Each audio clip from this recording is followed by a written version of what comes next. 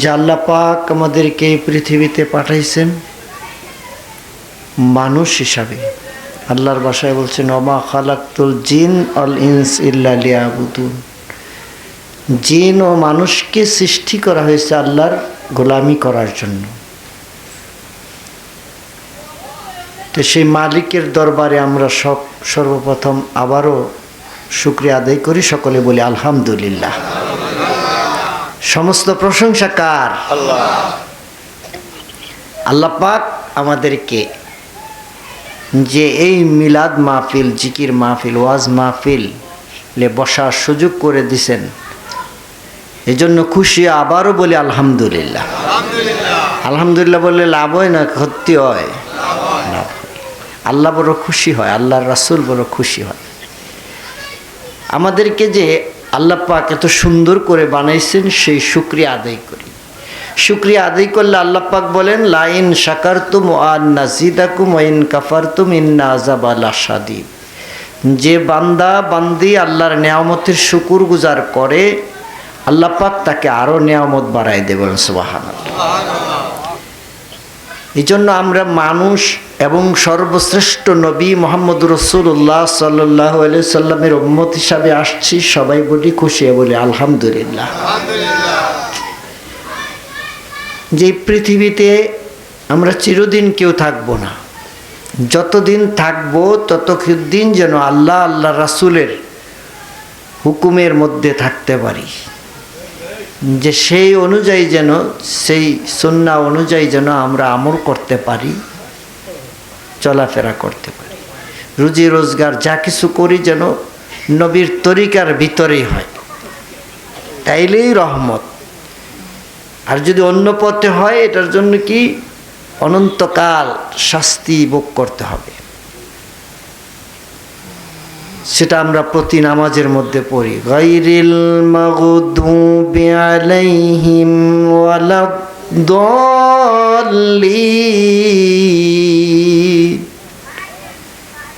যে আল্লাহর নিষিদ্ধ পথ, নবীর নিষিদ্ধ পথে যদি আমরা চলি তাইলে আমাদের জন্য কি আযাব থাকবে, নির্ধারিত করে দেওয়া হয়েছে। এই আযাব থেকে বাঁচার জন্য আমরা কোন পথে চলবো? ইহদিনাস সিরাতাল মুস্তাকিম।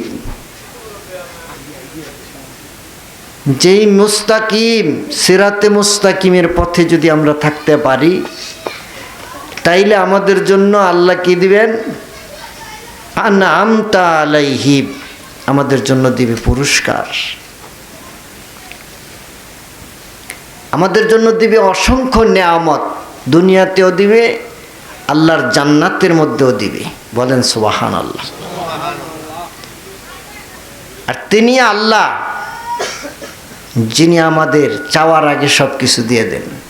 আলহামদুলিল্লাহি রাব্বিল আলামিন।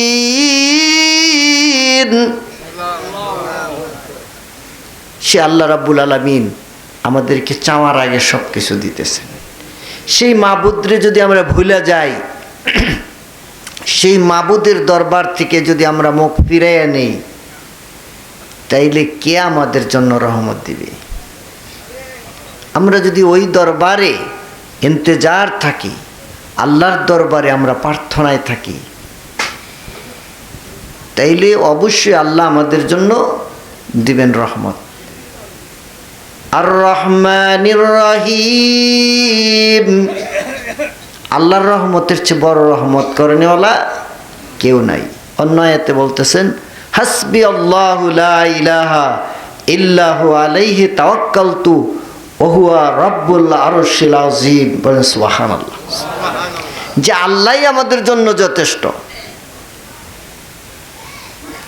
অনেক ওয়াজ নসিহত হয়েছে, ওয়াজ নসিহতের দিকে বেশি যাব না, সংক্ষিপ্ত কয়েকটি কথা। অনেকক্ষণ যাবত আপনারা বসে আছেন।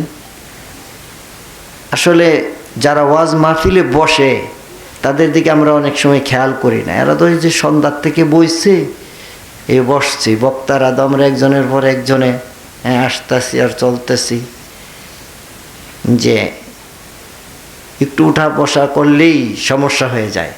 তো এই জন্য যে শ্রোতাদের প্রতিও খেয়াল রাখতে হইব। যে ওয়াজ নসিহত খুব বেশি শোনার দরকার নেই, অল্প ওয়াজে অনেক রহমত আছে, কিন্তু আল্লাহর উপরে ভরসা রাখতে হবে। ভরসা কার উপরে? আল্লাহর উপরে। হযরত ইব্রাহিম আলাইহিস সালাম কে আগুনের মধ্যে ফেলে দেওয়া হয়েছে। ইব্রাহিম আলাইহিস সালাম কে আগুনে ফেলে দেওয়ার পরে জিবরাইল আলাইহিস সালামকে পাঠাইছে আল্লাহ যে আমার খলিলের কোনো সাহায্য লাগবে কিনা। আয়া জিজ্ঞাসা করতেছে, হে ইব্রাহিম খলিল, আপনার কি কোনো সাহায্য লাগবে? যে আপনি কে? যে আমি তো জিবরাইল, আমার 70,000 পাখা আছে, আমি আগুনটা একটা থাবা দিব, নিবা যাইব।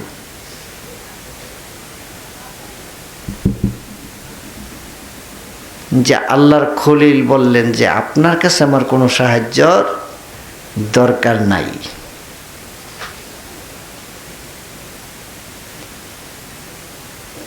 উনি বললেন যে আমার আল্লাহই আমার জন্য যথেষ্ট। হাসবি আল্লাহু লা ইলাহা ইল্লাহু আলাইহি তাওয়াক্কালতু ওয়া হুয়া রব্বুল আরশিল আযীম। এই আগুনকে আল্লাহ ইব্রাহিম আলাইহিস সালামের জন্য হুকুম বদলাই দিলেন, কুনি বারদাও সালামুন আলা ইব্রাহিম। হে আগুন, তুমি সারা পৃথিবী জ্বালাইবা, তোমার হুকুম দিছি, কিন্তু আমার ইব্রাহিমের একটা পশমও তুমি জ্বালাইবা না। বলেন সুবহানাল্লাহ।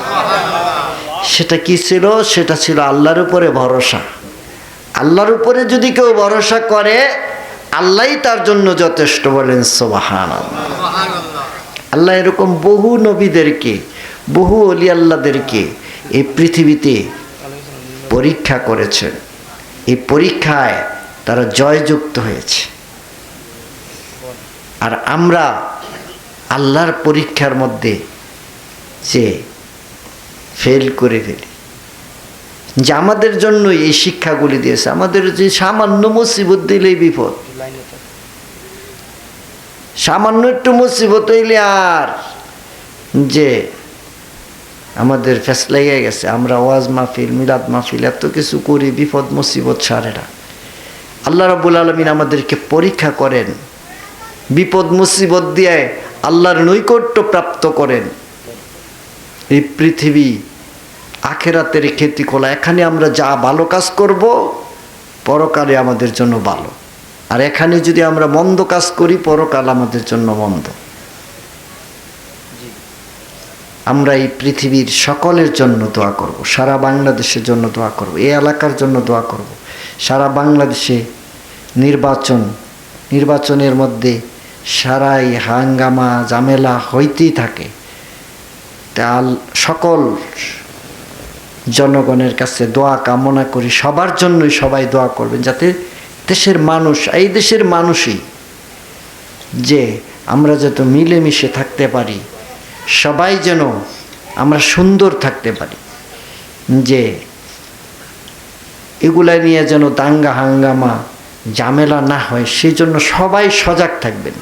সবাই যে বুদ্ধি পরামর্শ দোয়া করবেন, যাতে আমাদের ছেলে মেয়েরাই তো, আমাদের ছোট ভাইয়েরাই তো, এরাই তো, এদেরকে আমরা পরামর্শ দিব যে আল্লাহ পাক যাকে ক্ষমতা দেয় সেই ক্ষমতা পাবে। ঠিক না বেঠি? ক্ষমতার মালিক কে? আল্লাহ যখন যারে উঠায়, কার হাতে দিবে এটা আল্লাহ ভালো জানেন।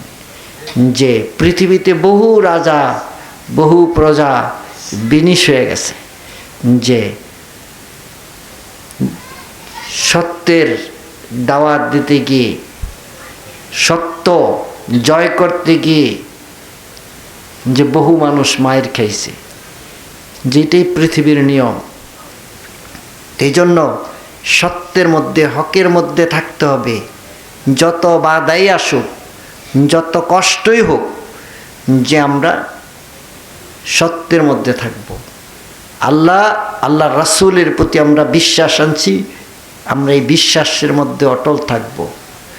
যে আমাদের যে মুসলমানের যে কাজ, নামাজ, রোজা, হজ, যাকাত, যে হুকুম, এটা আল্লাহর বিধান অনুযায়ী আমরা প্রত্যেকেই মানার চেষ্টা করব।